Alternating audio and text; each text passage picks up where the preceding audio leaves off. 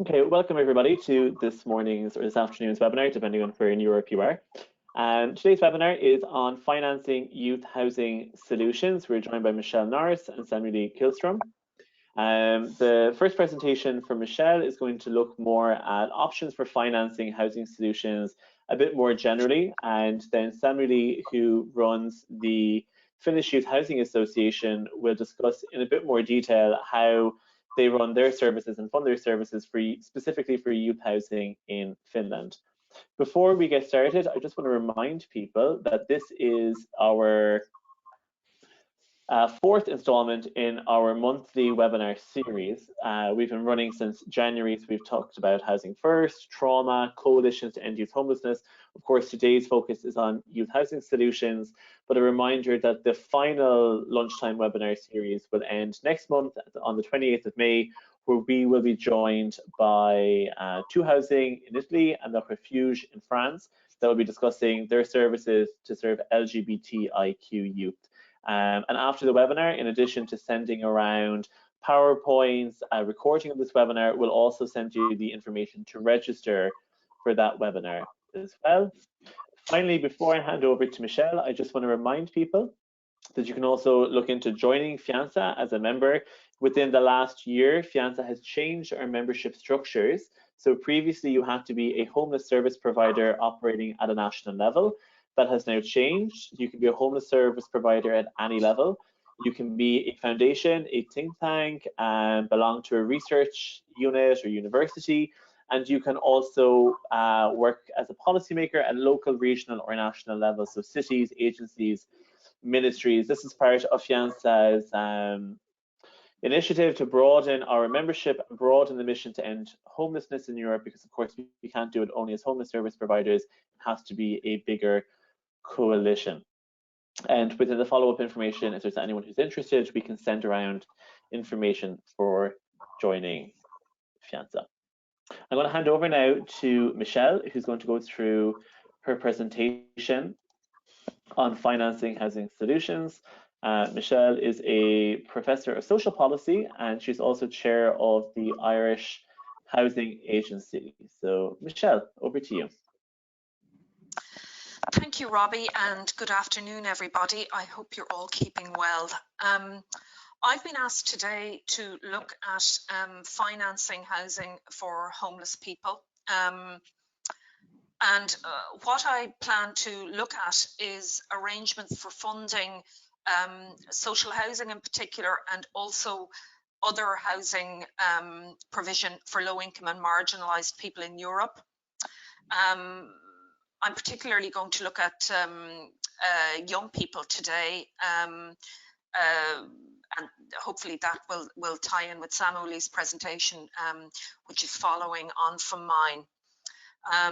So my focus in particular is on funding permanent or long-term housing for homeless people, what's called housing-led solutions or housing first solutions.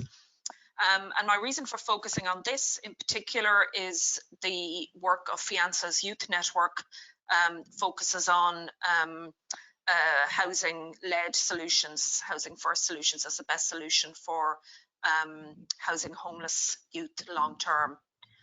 I'm going to look at how social housing is funded around Europe, focusing in particular on Fianza member countries.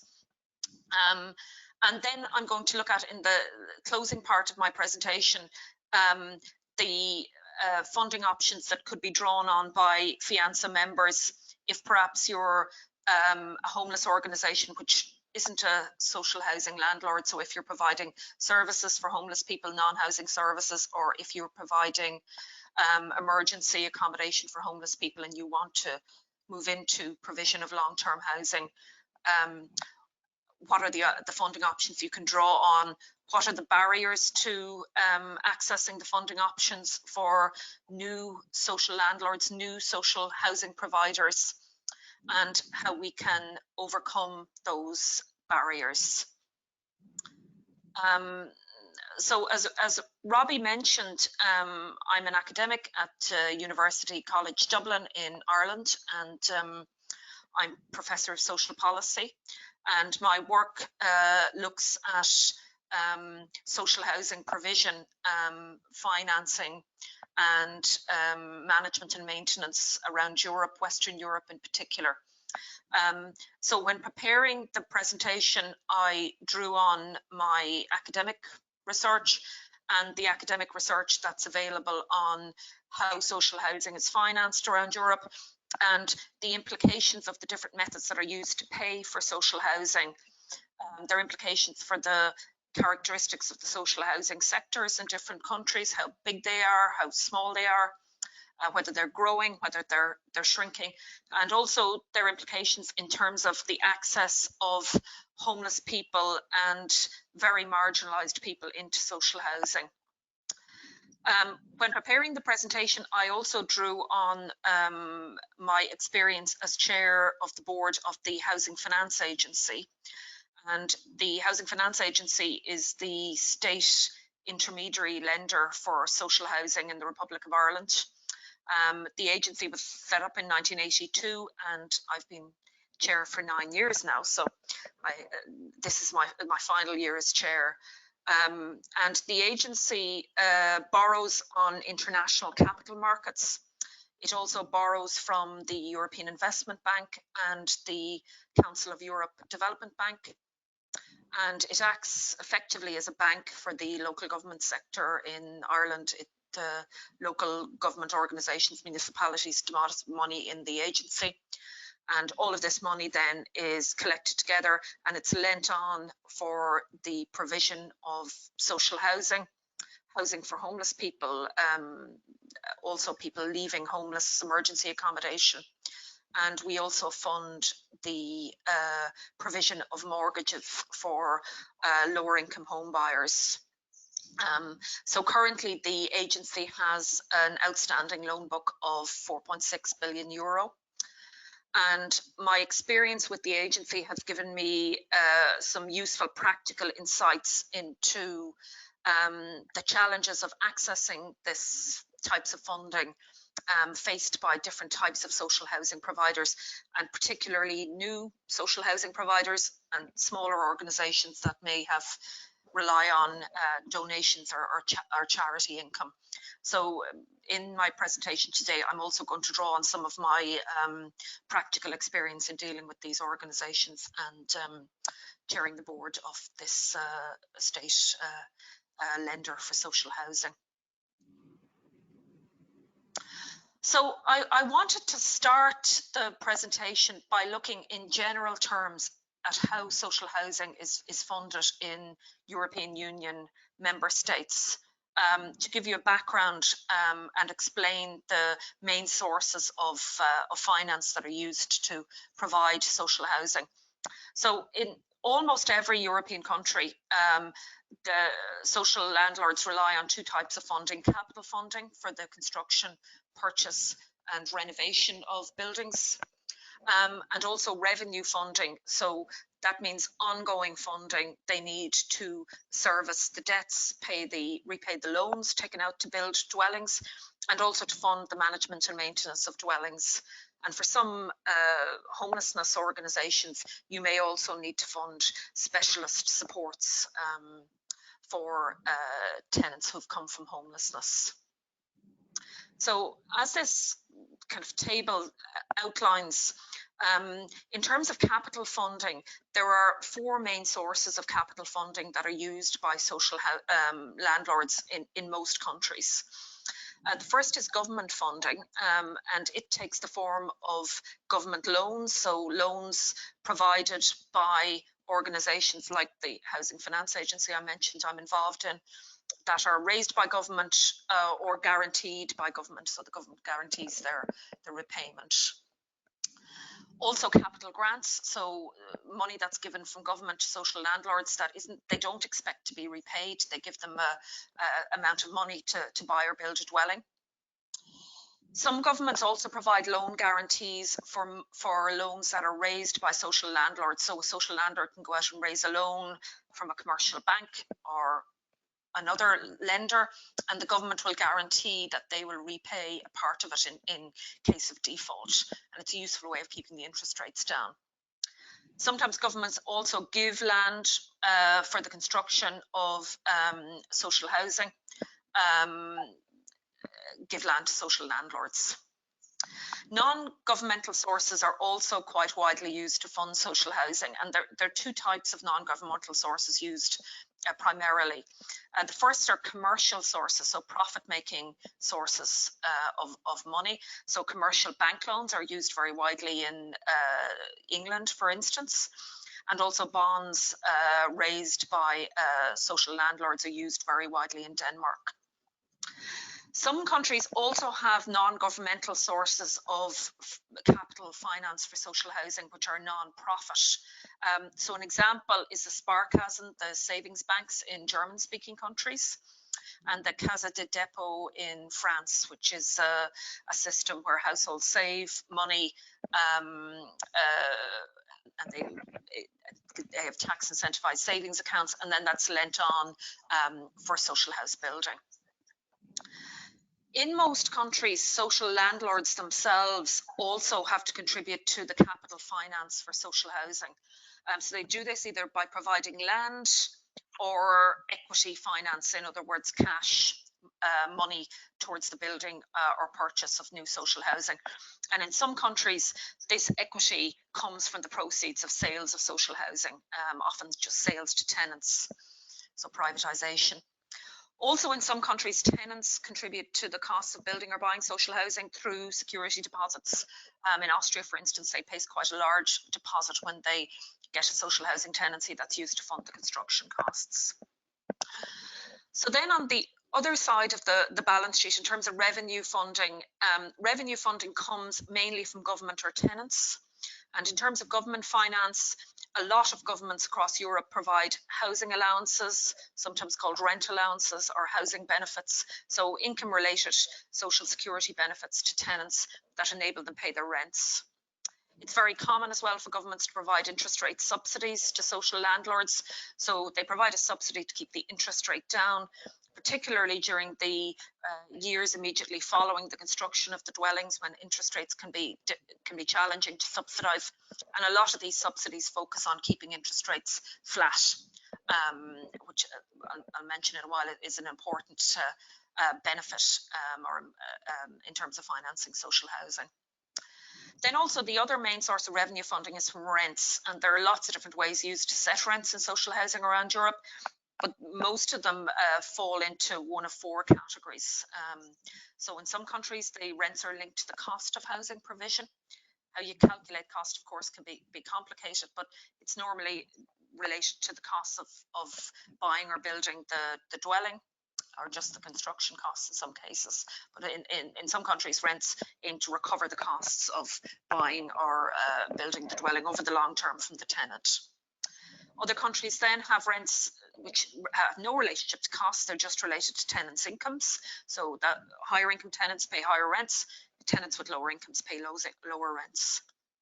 In other countries then, rents are related to the quality of the housing, often the size of the dwelling in terms of metres squared. And then in a minority of countries, rents for social housing are related to market rents.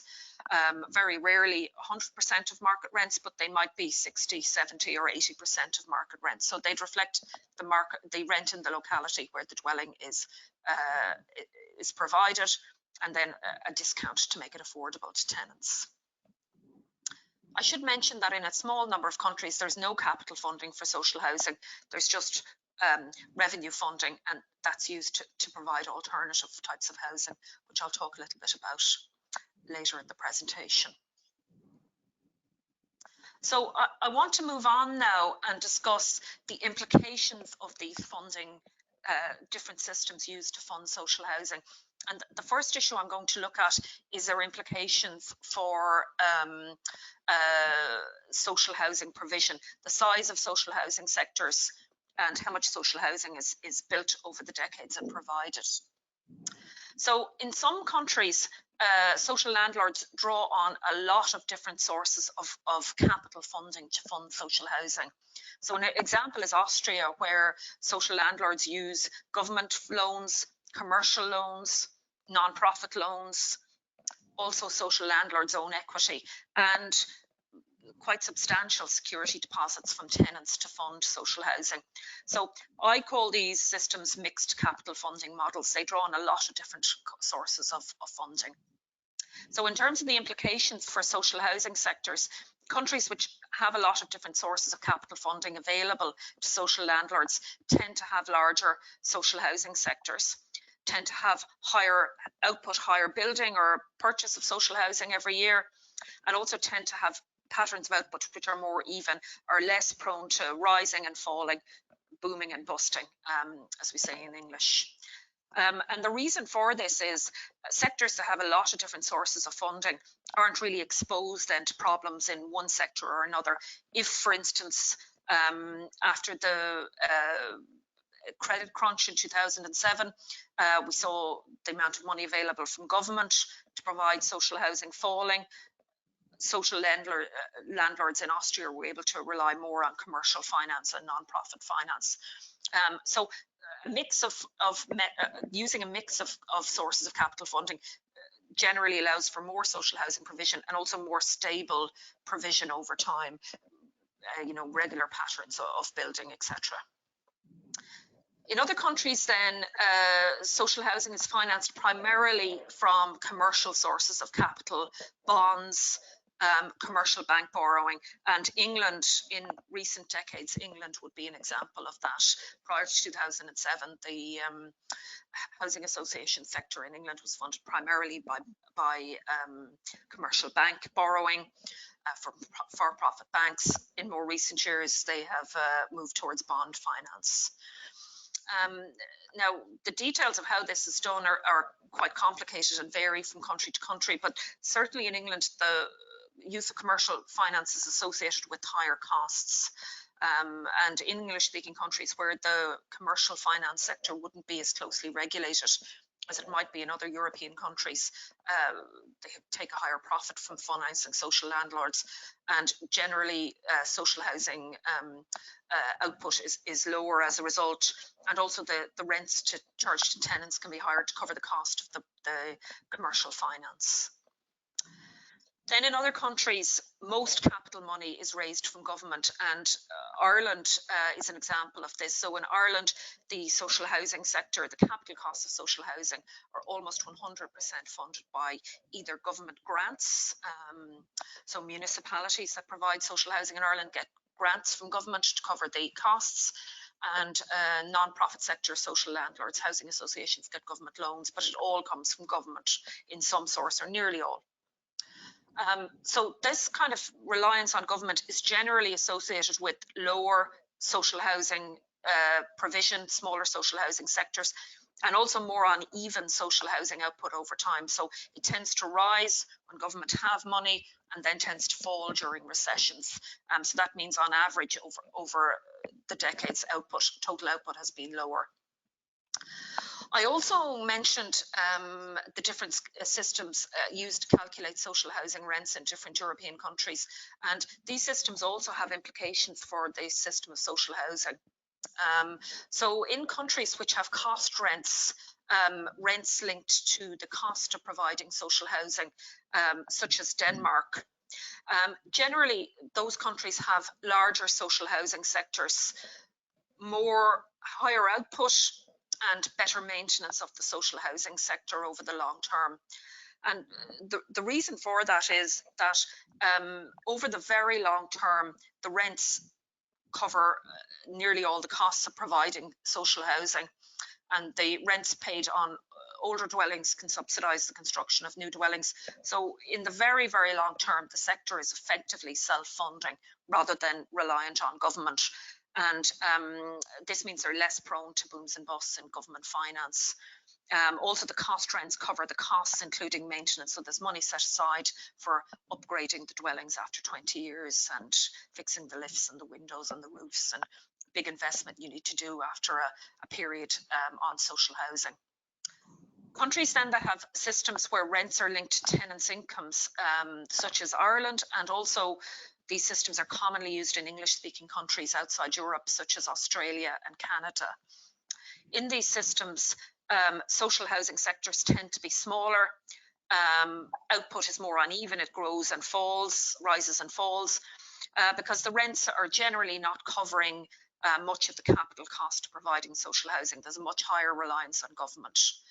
In Ireland, for instance, rents just cover the cost of maintenance, and they don't cover the cost of long-term upgrading and refurbishment. And countries like Austria, Canada and Ireland tend to have weak maintenance of social housing over the long term, and the stock tends to run down in quality. So they're the implications of funding systems for social housing providers. What are the implications then of these funding schemes for funding systems for homeless people's access to housing? Now, in European countries, access to social housing, particularly for homeless people and young homeless people, the ease of access varies. And there are some countries with very large social housing sectors and quite large homeless populations as well. And then there are some countries like Ireland with small social housing sectors and quite significant homeless problems. But it's important to say, first of all, that most access problems are not finance related from homeless people's perspectives. Generally, they relate to entry criteria into social housing and the size of dwellings. And these issues can create strong barriers to access for young people in particular. And this is because a lot of social housing in most countries is aimed at families. It's larger units, 2-3 bedroom properties, and it's very unlikely it'll be allocated to young homeless people who tend to be single people or very small households. Also, the entry criteria can depend on time on the waiting list. It can depend on having lived in the locality or lived in the country for a long time, and this can mean access is difficult for homeless people into social housing. But we do know that there are some aspects of housing finance that have impacts for homeless people's access to social housing. So some cost rental systems where the rents are linked to the cost of housing provision can create problems for homeless people accessing social housing, because the cost rents can be relatively high compared to homeless people's incomes, which tend to be very low. So there's some experience this has undermined implementation of the Housing First model in Denmark, for instance. But it's important to acknowledge the affordability of cost rents depends on a lot of things. The main thing is how generous the government housing allowances are that are paid to tenants to enable them pay the rents.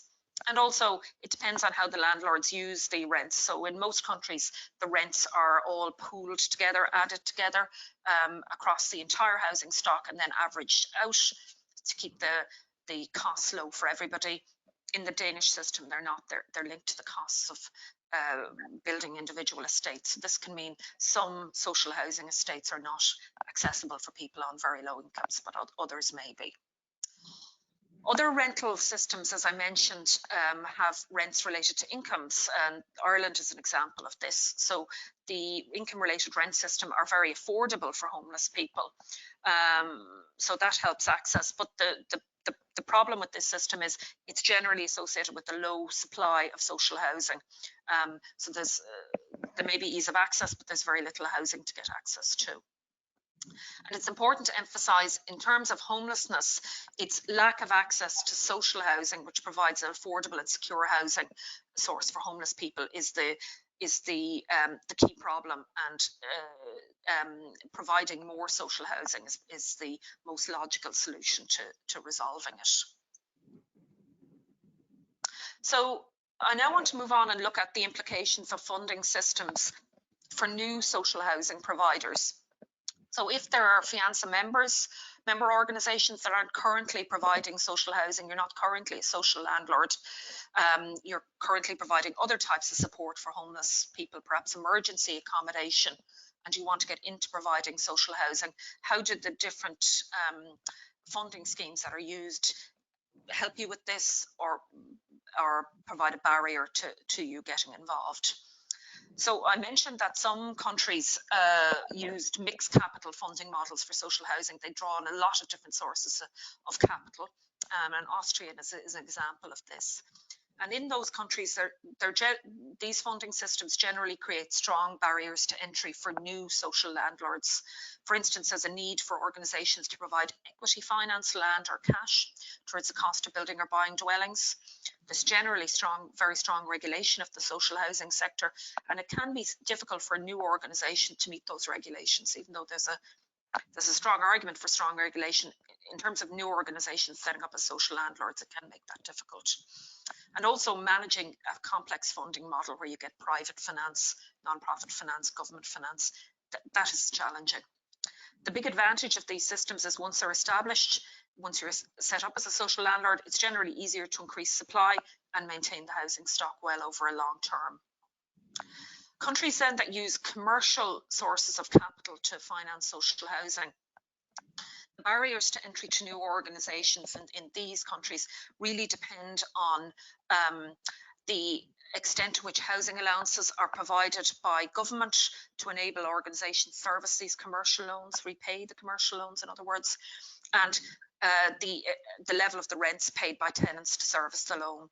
And in terms of being a social landlord, setting up as a social landlord, because the capital cost of buying or building housing is very expensive, and you need access to a guaranteed source of income to service the loans, housing allowances and dependable regular rents are really key to being able to finance these types of housing. And if you're in a system where you have income related rents, it'll create a big barrier to setting up as a social landlord. And also agencies funded by donations tend to find it more difficult because it's a less predictable source of revenue from the lender's point of view. And once established, it's harder to increase supply and provide rents which are affordable. And then finally, I mentioned some countries have systems which are generally mainly rely on government capital funding, and Ireland is an example. So in these systems, there's low barriers to entry because government is interested often in providing social housing and funding new organisations. So there's generally low barriers to entry for new organisations. But the big negative is that once established, it can be harder to increase supply on a because government availability of government finance can rise and fall with the health of the economy. And it's also harder over the long term to maintain the housing stock, as I mentioned, in these systems. So they're the systems used to finance housing in Europe, and I talked about the implications of these systems for the characteristics of the social housing sector, the ease of access for homeless people, and also the barriers to entry they create for new organisations, such as fianza members perhaps, that are interested in setting up as social landlords. So I just want to end then by talking a little bit about how homeless service providers can overcome these barriers to entry if they wish to set up as social landlords. How can they access finance to provide housing-led solutions or housing-first solutions for homeless young people? So this is a non-exhaustive list of the different options used, and I want to stress the usefulness of the options really depends on the national context. So there are options I've come across in my academic work and my professional work with the Housing Finance Agency, but they may or may not suit your particular context. So in terms of the categories of options, some options are require political lobbying, and they're kind of policy related options. So lobbying for funding policy changes, changing to funding policies to remove the barriers to entry. Or alternatively, if it's not viable to establish more social housing landlords, lobbying for change in social housing access rules. And more commonly, it's necessary to lobby for change in dwelling sizes. In the Irish context, for instance, nearly all the new social housing being built is large social housing, 3, 4 and 5 bedroom units, and 70% of the homeless people are single people. So there's a mismatch between dwelling size and the needs of homeless people, and that's where lobbying needs to focus. In my view, particularly in countries where there's not a good, well-developed system of social housing finance, it's very important to establish state intermediary lenders like the Housing Finance Agency. And the reason for this is that they're organisations that can do assessments of small lenders, maybe or small borrowers, gather together sources of finance and lend them on to small local organisations in a way that large and also international lenders wouldn't really be in a position to do. Also, intermediary lenders have the capacity to provide support to new borrowers, give them advice on financial management skills, financial management staff, etc. And that can be very important to moving into availing of the capital finance for social house building. In relation to then funding options commonly used, charitable fundraising is commonly used, including donations of land. Particularly land can be particularly useful. Often donations of buildings where the building is not meeting modern building regulations or can be difficult to convert.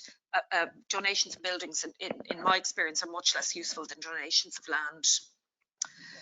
It can be useful to try access or establish new non-profit lenders, non-profit sources of lending for social housing finance. So in Ireland, there's a discussion going on about use of our small non-profit lenders, credit unions, their finance for social housing, because their options for investing it elsewhere are small. In my experience, particularly for new social housing landlords or new to managing finance, it's very important to try access fixed rate finance. So finance that is lent to you at an interest rate that remains fixed for as long as possible, and ideally the full duration of the loan. And this is because managing interest rate risk, so the risk that interest rates will rise and fall, can be very challenging, particularly for organisations that are not experienced in doing this. And in my experience, often the boards of organisations, so the voluntary board of governance you have for your organisation, can be very worried about managing interest rate risk and unwilling to take on loans on that basis. In Ireland, use of the European Investment Bank and Council of Europe Development Bank lending has been very, very useful for social housing landlords since the global financial crisis in 2007. And it was viable for us because we had a state intermediary lender in the form of the Housing Finance Agency. So it does credit assessments of small local social housing providers for the European Investment Bank and the Council of the Europe Development Bank. And they're not generally willing to lend to social landlords below a certain size. So the state intermediary lender gets around that, and I think it's very important in countries that don't have strong social housing finance.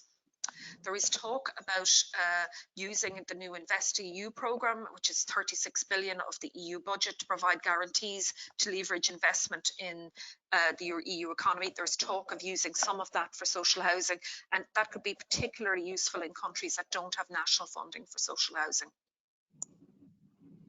Two final points then. Often to avail of loans for social housing development, either from government or for non-governmental organisations, it can be difficult to do this if you're an organisation that is dependent on charitable fundraising, as a lot of homeless services are. And it can be useful to consider splitting your organisation into two legal entities. The homeless service and the social landlord as a separate legal entity that would maintain ownership of the dwellings and the associated income, like the rents, and then that would be used to guarantee the debts and to service the debts. And lenders tend to like that a lot more because it provides more clarity. And then finally, in countries where there is not money available for capital costs of social house building or purchase, the establishment of social rental agencies, which are organisations that lease and manage properties from private landlords and let them on to homeless people or marginalised groups, has proved a very useful alternative. And the barriers to entry to setting up a social rental agency are far less than setting up as a social landlord. So that's the end of my presentation. Thanks for listening. I'm interested in hearing any questions you have, and keep well. Thanks very much, Michelle. Really interesting presentation. I'm just going to hand over to Samuel now for his presentation to look at what are some of the things that they're doing in Finland. And a reminder that if anyone has questions, you can ask questions throughout the webinar in the little questions box.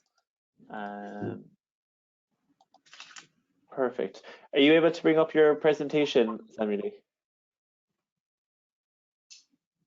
Sorry, what did you ask? Are you able to bring up your presentation? There we go, perfect. Yeah. Can you see it now? Yeah, perfect. Good afternoon also on behalf of me, and greetings from here, from Helsinki, Finland, where I'm sitting currently in our office. I hope that you all are fine and kept healthy in these very exceptional times. This is a very difficult topic to go through in 20 minutes, but I'm trying to give you at least some basics of how we have organized our operations here in Finland and what we do, and then go through about how we have financed our operations. We have several kind of models here, but I will give a short presentation how we have financed our properties. But before going to that, so that you're able to at least understand what we do, I will go through our owners structure and our main tasks also.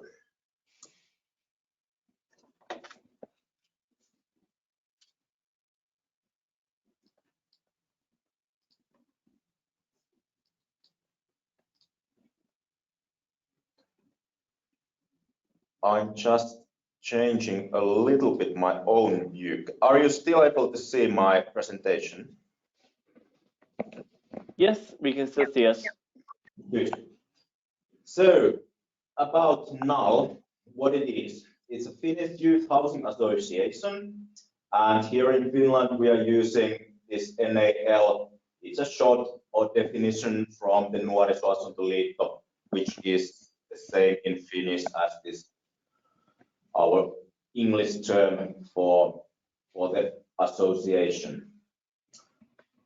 The association also is a non-governmental and non-profit organization, and it's already established in 1971 here in Finland, when it was recognized that there is no organization or any kind of working with youth and youth housing in those times. Nowadays, under our association, it's a national umbrella basically for 24 local associations and 7 national member organizations.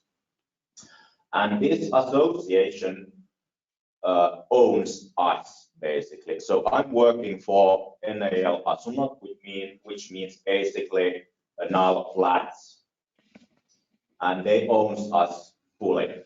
And also owns our sister company NAL Palvelut, which is basically translated as NAL Services.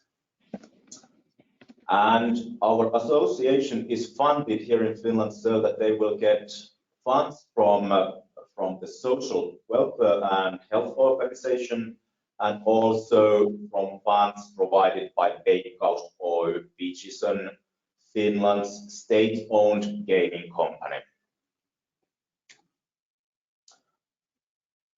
So how we have organized our group? Our owner, as said, is the Finnish Youth Housing Association, and their task is to promote the interest of youth housing. Then comes the company which I represent, NAL Asunnot. Our task is to build and rent apartments for young adults. You can think us as a real estate company basically. So me and my team, we are real estate professionals, and we are purely related on real estate which we own. And then in the same group, we have this now Palvelut, which is our sister company, and it produces social services basically. Core activities for our owner, for the association, is, well, building and renting our apartments or out of apartments for young people between age 18 to 29 years. Then they provide floating housing, and one key topic also is influencing general housing policy here in Finland.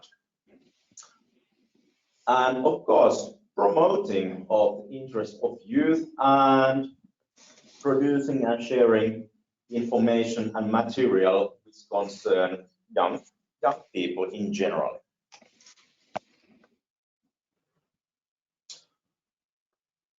So what youth housing includes here in our opinion, it's, well,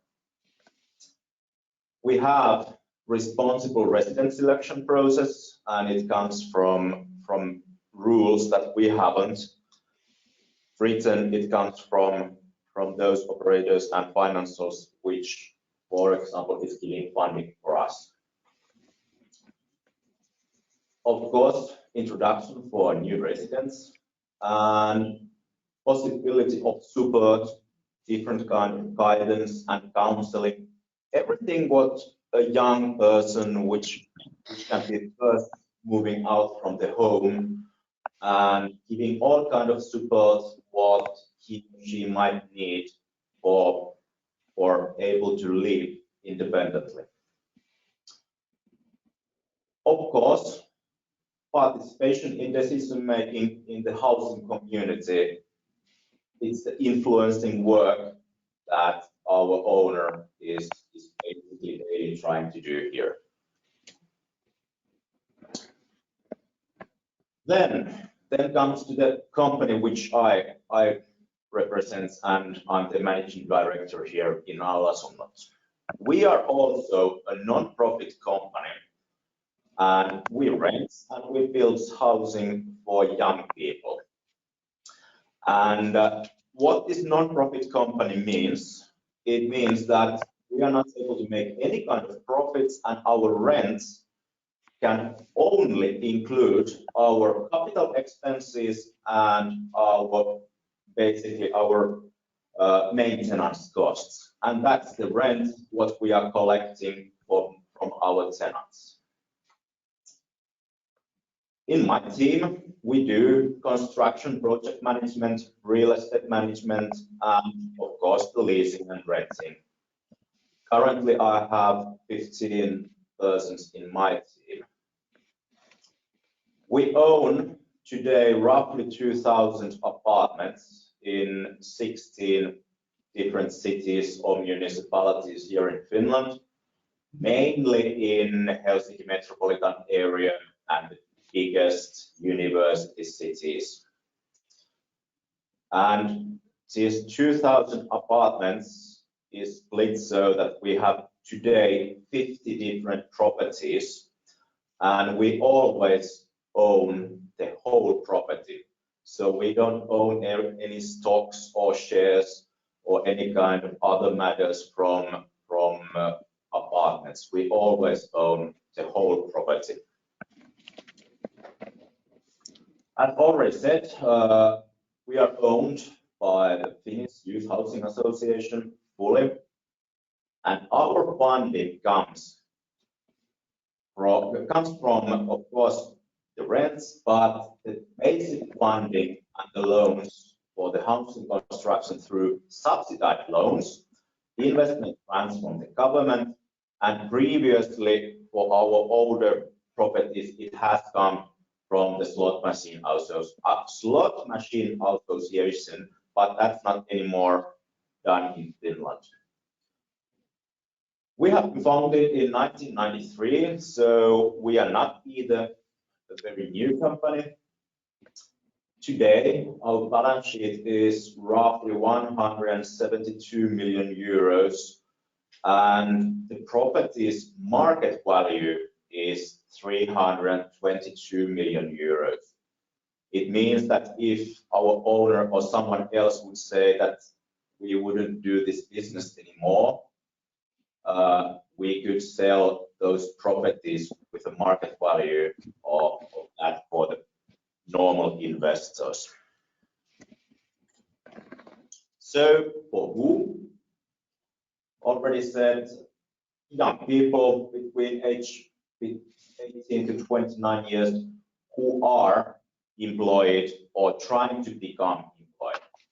Yes, we have students also in our properties and flats, but our target group is youngsters which are trying to be employed or are already employed.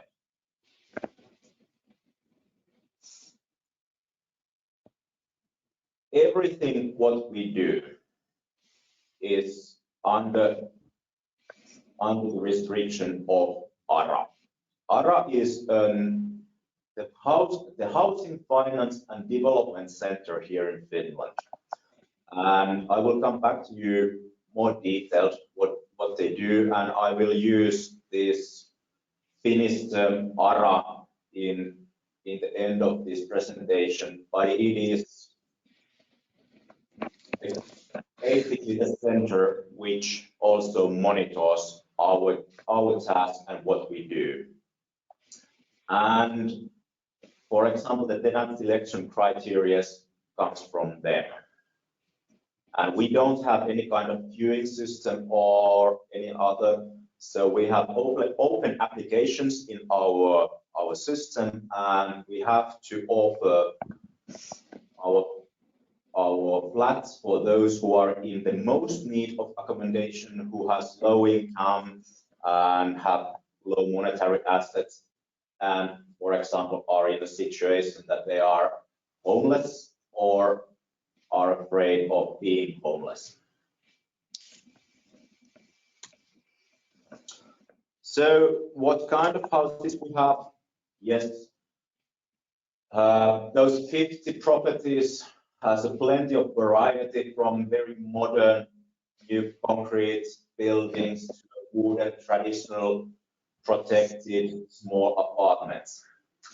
Nowadays, what is very, very important for us and for our tenants is that they are well located, and especially these public transportation hubs and things like that. It is very crucial for our tenants, since they don't have so many cars anymore and they don't want to use even money for the cars nowadays. In our properties, there are, of course, we are in Finland, we have saunas in every of our properties, but there is a club rooms, laundry rooms and things like that, which are included in the rent, and so they are free of charge for our tenants.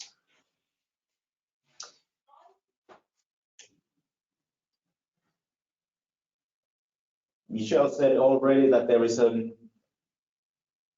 in some countries there is a mismatch basically between the supply and demand, or what kind of flats the youngsters need. What we offer is that our flats mainly are small. The average size for our whole stock is 39 square meters, and in our newest locations and those what we are under planning nowadays is that the average size is between 33 to 35 square meters. So mainly studios, and these pictures which you are able to hopefully see now, this is the basic level. So very nice modern flats with fairly good equipment, and especially suitable for youngsters. We are also constructing, and this is our product nowadays, modern concrete buildings, mainly in Helsinki metropolitan area. Then comes this financing and how we have financed our properties. To give a small idea that what is this ARA, an ARA system. As said, the ARA stands the same as the Housing Finance and Development Center here in Finland. And they have a responsibility of implementation of Finnish housing policy. And ARA belongs under the Ministry of the Environment here in Finland. So it's a government and ministry supervised operator. And they grants subsidized guarantees for housing and construction, and also controls the use of basically housing stock. So as I already said, whatever we, for example, do, if we concrete new properties, if we lease our flats, if we budget our rents, everything is under supervision of ARA. They are also an expert partner, developer, and modernizer of housing, and they also promote nowadays ecologically sustainable and high quality and reasonable price housing. And several other operators and organizations has also the same idea nowadays here in Finland, that everyone is entitled to a comfortable housing. And here in Finland we have this Housing First campaign also, so we are lucky in many ways that we have been able to decrease the level of homelessness here in Finland.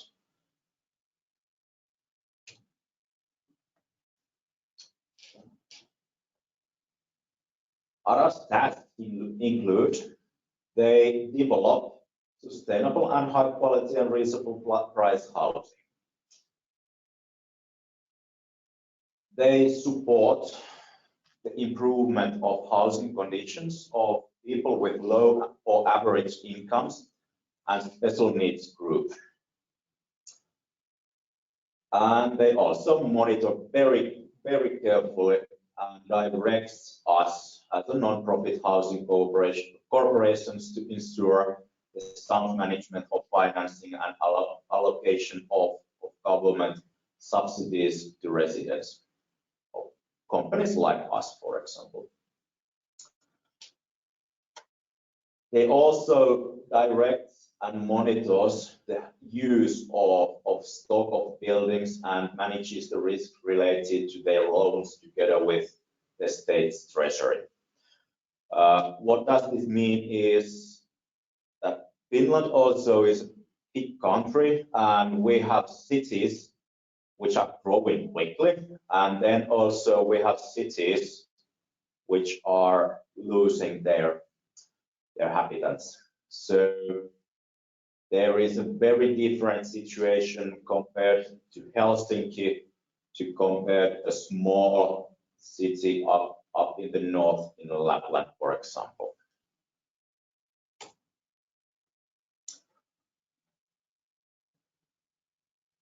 In the first slide, I said that we, as not, we use this interest subsidy loans. So we are able to get loans from bank or from other financial institutions here in Finland for our new construction projects.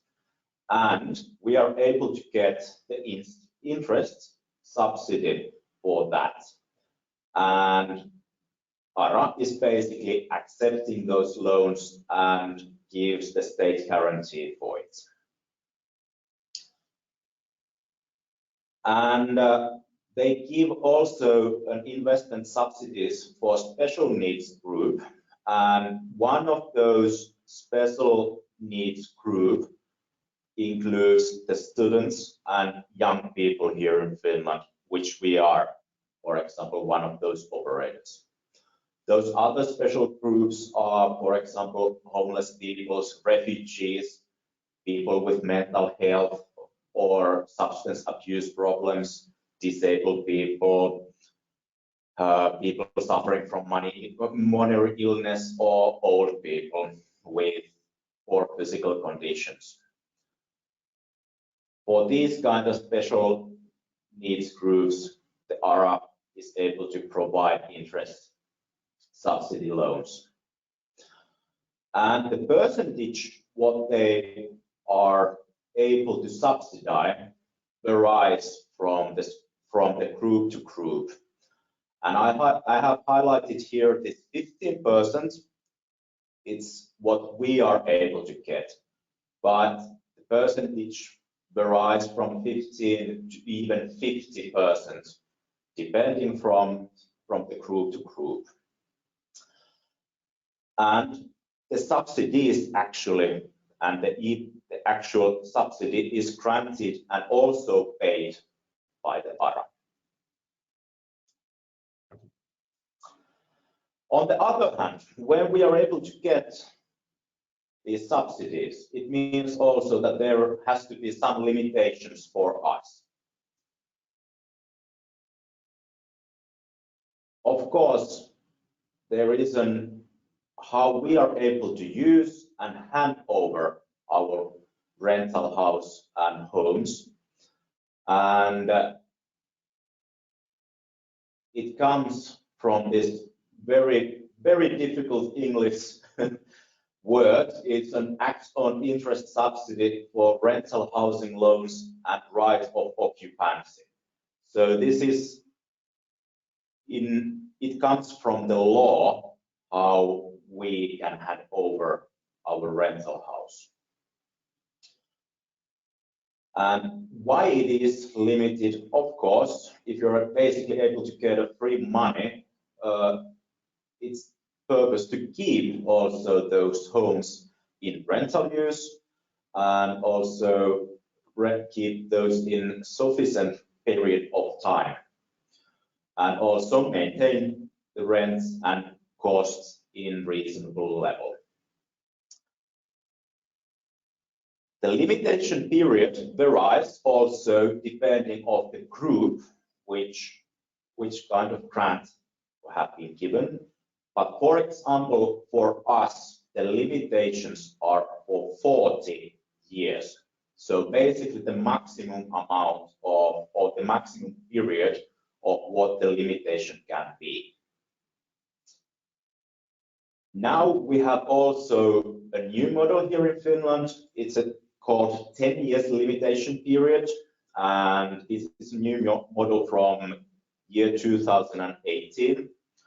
We are also looking for this new model, but we haven't used it or decided to use it for our new properties at least yet. So the coming properties which we will start, for example, this year construct, will have this 40 years model. Then a very short and very simple example, what does this mean for us? In case if we have a 10 million construction project, we are able to get 15% of subsidies from ARA. So meaning 1.5 million euros, which is paid when the project starts to our account. And then 85% is a normal loan from bank or from a financial institution. And the loan is for 40 years. And it is normally paid during that period back to the bank or other institution. And with this model, we don't need our own equity.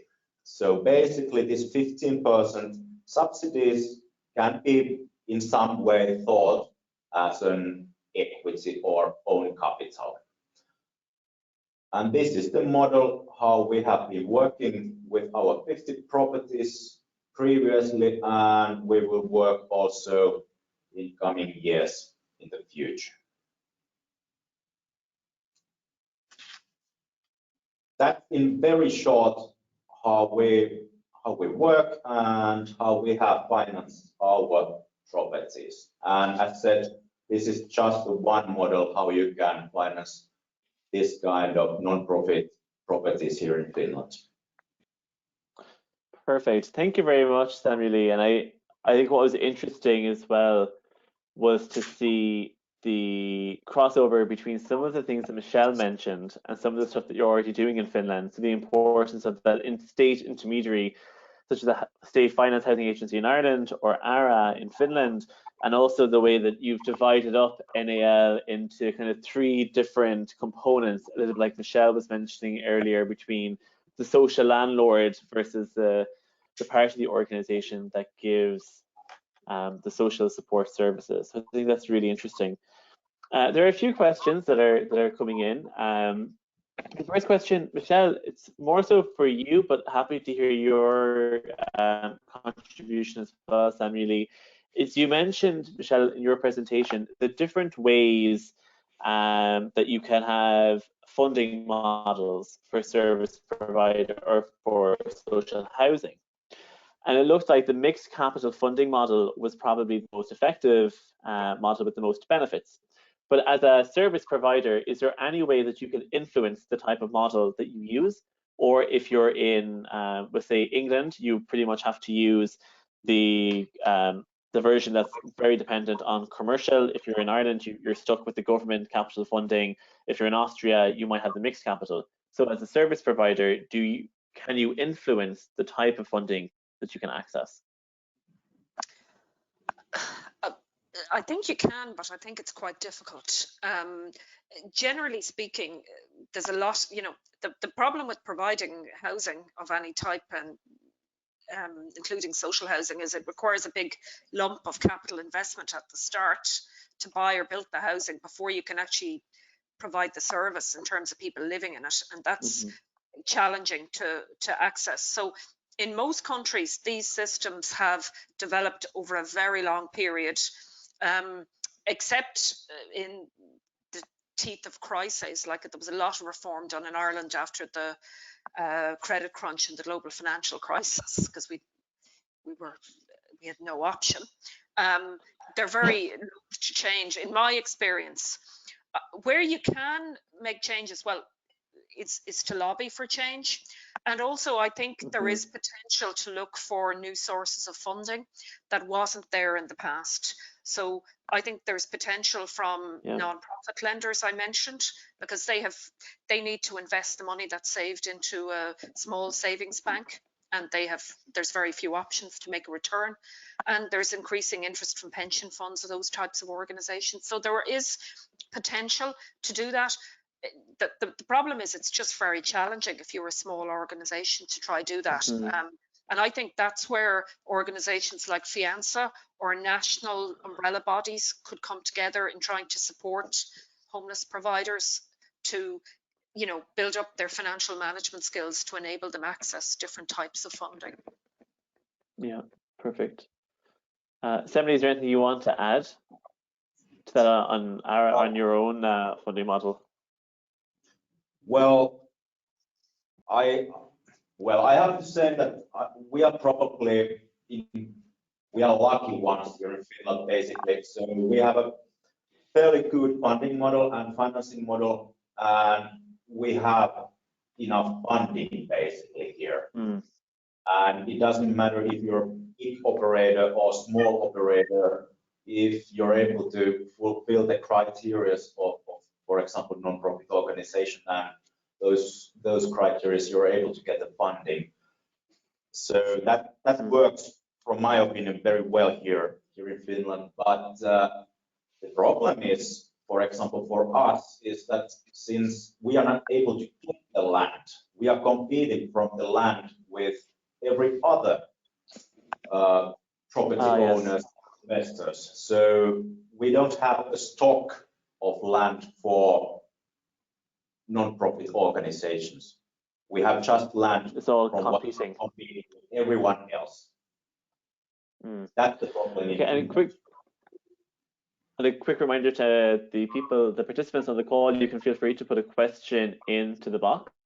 We have some other questions from Claire, Le Refuge from France. Michelle, could you detail any particular EU aid solutions that are available or that you would suggest? And I don't know, Samuel, if NAL has ever had experience of lending from EU institutions or the Council of Europe Development Bank. If you have any experience, it would be interesting to share that as well. Currently the main source of funding from EU institutions are loans from the Council of Europe Development Bank and the European Investment Bank. In my experience of dealing with both, well, I want to say they're very professionally run organizations that are a pleasure to deal with. The Council of Europe Development Bank tends to fund smaller ventures and tends to be more willing to fund innovative, new, experimental type programs. The European Investment Bank tends to fund larger, more established organizations.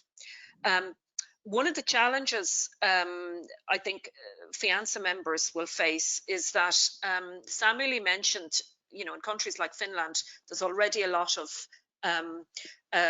funding available for social housing. It's why they've such a good record on, one of the reasons they've such a good record on Housing First. But the big challenges are not in countries such as Finland and even Ireland. It's in countries where there's no social housing sector, there's no big social landlords. Mm-hmm. And both the EIB and the Council of Europe Development Bank will only really lend to organisations with an existing stock above a certain size. For instance, in Ireland, we have no social landlord with more than 30,000 dwellings. And in the non-profit sector, we've no social landlord with more than 7,000 dwellings. So the EIB will not lend directly to any social landlords in Ireland. And that's why the intermediary is very important. So I think in countries where there's no social housing finance available, setting up the state intermediary is a key first step for government. And that would enable these countries to access EIB funding. At the moment I mentioned, there's also a debate around InvestEU and this new program that's proposed, mm-hmm. which is also for lending. It'll be by the EIB primarily. And I think that needs to focus on those countries which don't have a social housing stock currently, particularly countries in Central and Eastern Europe, countries in Southern Europe.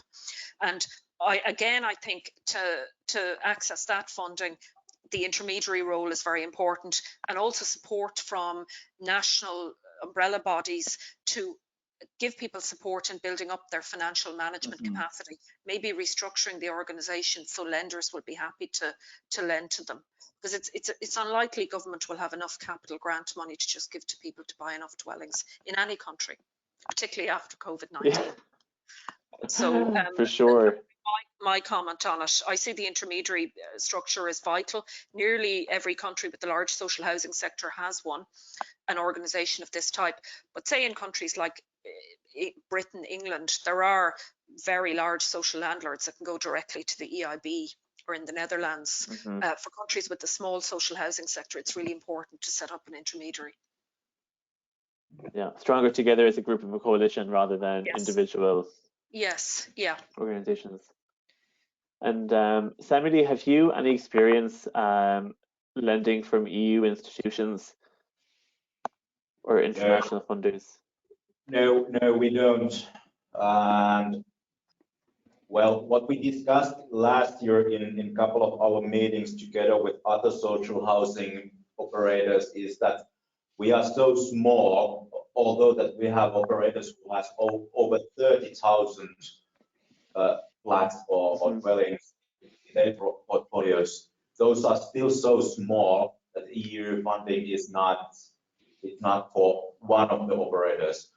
We should make a portfolio of social housing, and then we would be able to at least to apply some money from EU.